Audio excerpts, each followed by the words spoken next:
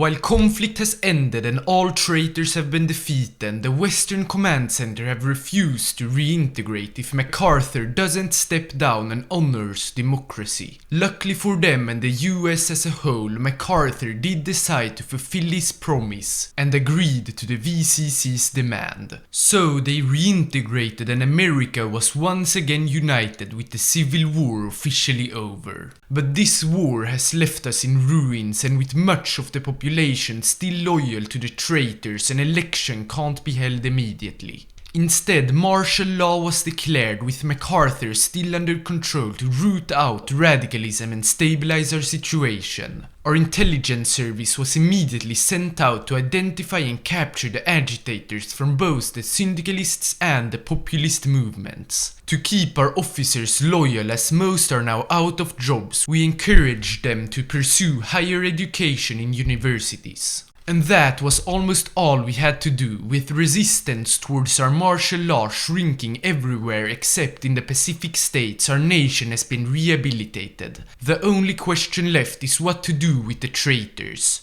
Some suggest we eliminate them to keep them from ever destroying America again, but we have spilled enough blood, and they will instead be pardoned but kept under surveillance. It's now time to prepare for the elections. The three parties who joined forces in a coalition have broken up and are now holding their conventions to decide upon their presidential candidate. For the progressives, Quintin Roosevelt, the youngest son of Theodore Roosevelt, was chosen as a candidate. And for the Republicans, John Bricker, a supporter and successor of Hoover. Lastly, for the Democrats, Martin Dice Jr., a Texas Democrat. So, with every candidate ready for elections, MacArthur announced it on New Year's Day, stepping down together with the military as well as ending martial law. So, which party and candidate will you vote for? The first, the Progressive Party with Quintin Roosevelt. They seek to continue Roosevelt's legacy of making the USA a more equal place.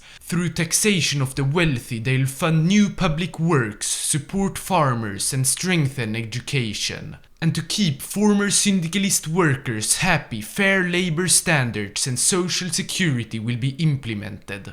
All in all, they seek to form a public welfare system. The second, the Republicans with John Bricker. They want to turn towards laissez-faire economics to build up our destroyed America by softening regulations and supporting small businesses. They also seek to strengthen education, and to combat poverty they will incentivize charity but also simply believe in the economy to do its thing.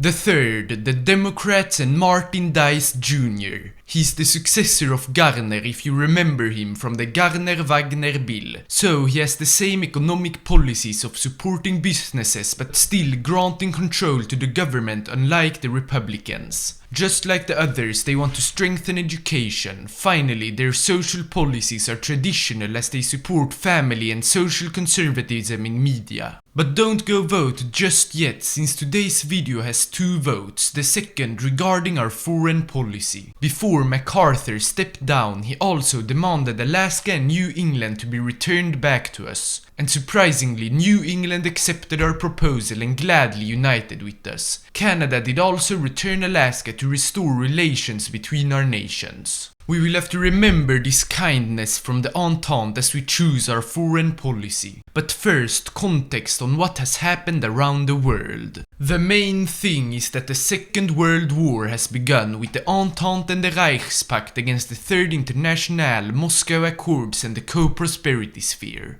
In the Americas, Canada has solidified its rule over South America after a war with Brazil, but the Mexicans, members of the International, are still untouched. For the Entente in Europe, however, things are dire. Portugal and Spain, as well as Ireland, Sardinia and the Netherlands, have all been occupied, while the Reichspakt has managed to hold off and push the Moscow Accords in Russia and Sweden. They are having trouble against the syndicalists. On the other side of the globe, Japan, together with Mongolia and the Philippines, haven't launched any invasions yet. There are of course several more wars, but they are mostly uninteresting. While we clearly stand on the side of the Entente, the decision is now if we should bother joining the conflict or not.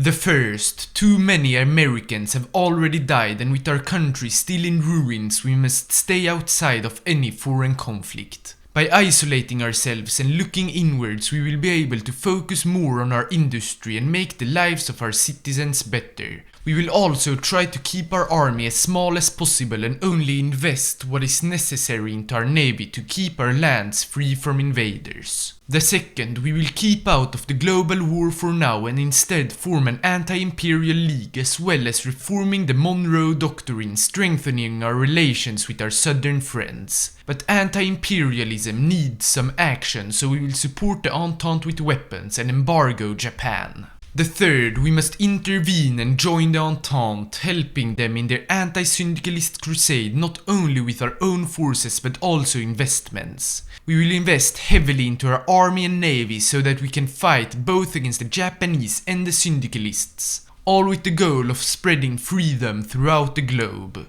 So, which presidential candidate will you vote for, and what type of foreign policy do you think will help us and the world the most? To vote, head to my community post or click on the link on the top right corner. To not miss the next episode, which will hopefully be released in 2 days, please subscribe and hit the bell. Thanks for watching, and go make your vote count.